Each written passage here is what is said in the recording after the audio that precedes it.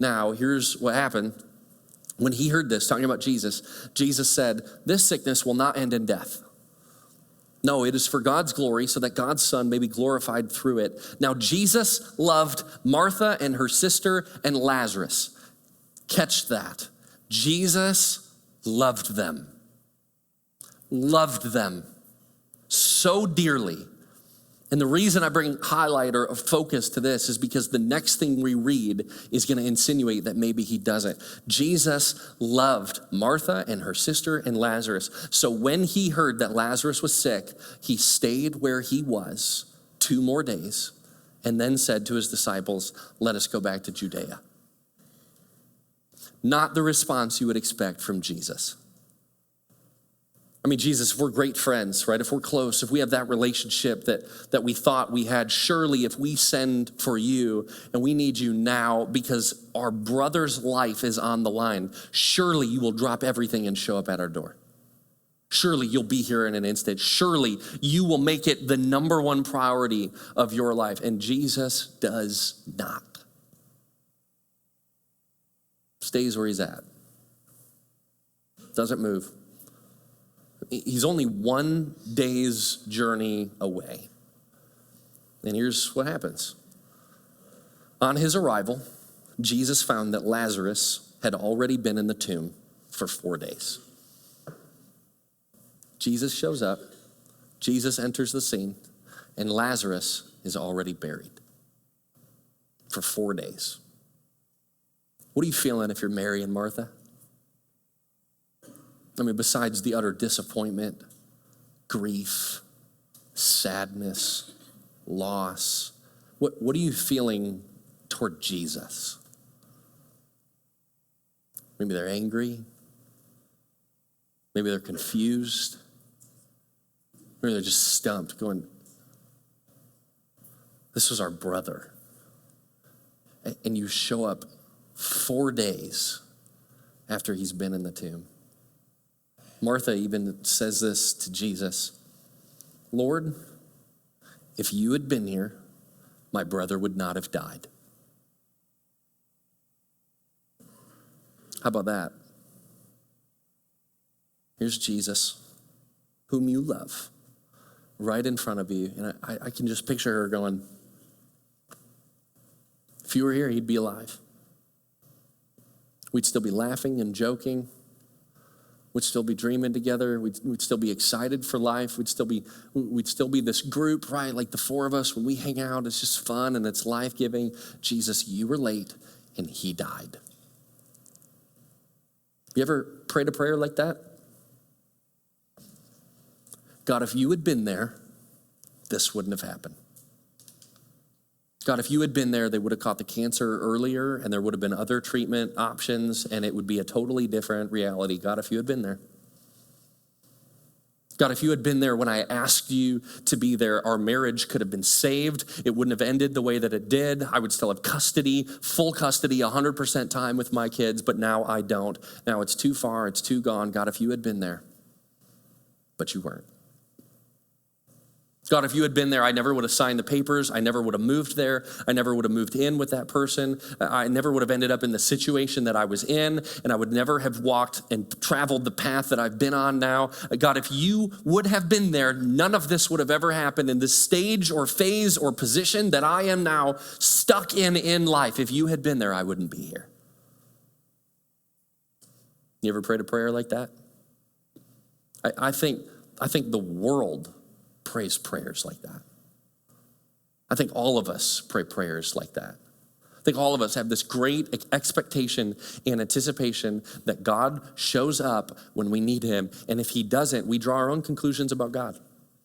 In fact, one of the conclusions we draw about God is the same as the ancient Greeks. The number one characteristic that they used to ascribe to the higher being, the supernatural, the all-powerful God, the number one characteristic that they used was the word apatheia.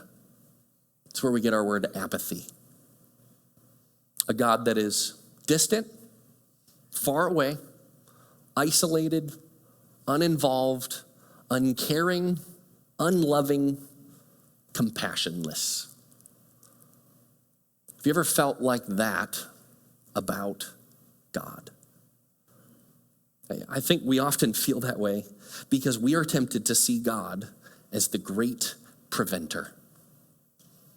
The preventer of death, the preventer of suffering, the preventer of pain or divorce or cancer, the great preventer of loss. And when God doesn't prevent, we are ushered into this reality of, well, then God must not care, must not love me, must not see me, must not hear me, must not pay attention to me or the people that I love. You know, as I wrote this message, it took me back to one of the darkest seasons, probably the darkest season of my entire life.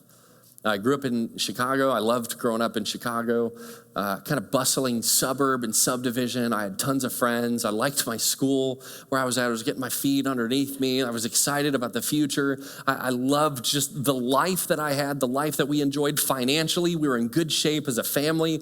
We had extra. There was an abundance. I mean, everything about life was just great. And then my dad got a call for his job, and so we ended up moving as a family from Chicago suburbs to a small town in Michigan, and everything in my life turned upside down.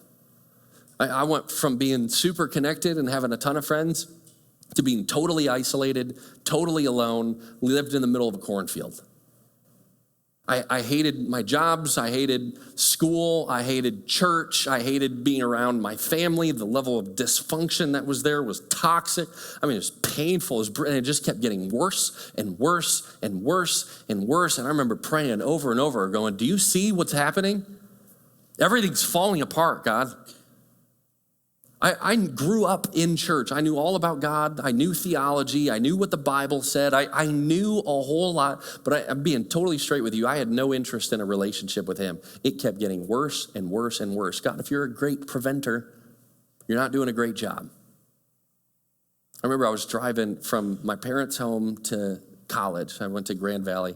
I got halfway there, and I remember I was just so overcome just with pain, with sorrow, sadness, with guilt and shame for all of the ways that I was just running and doing my own life, trying to self-medicate and self-help. And I remember I was so overwhelmed. I pulled over in some no-name town in a no-name parking lot, and I threw my car in park, and I just wept.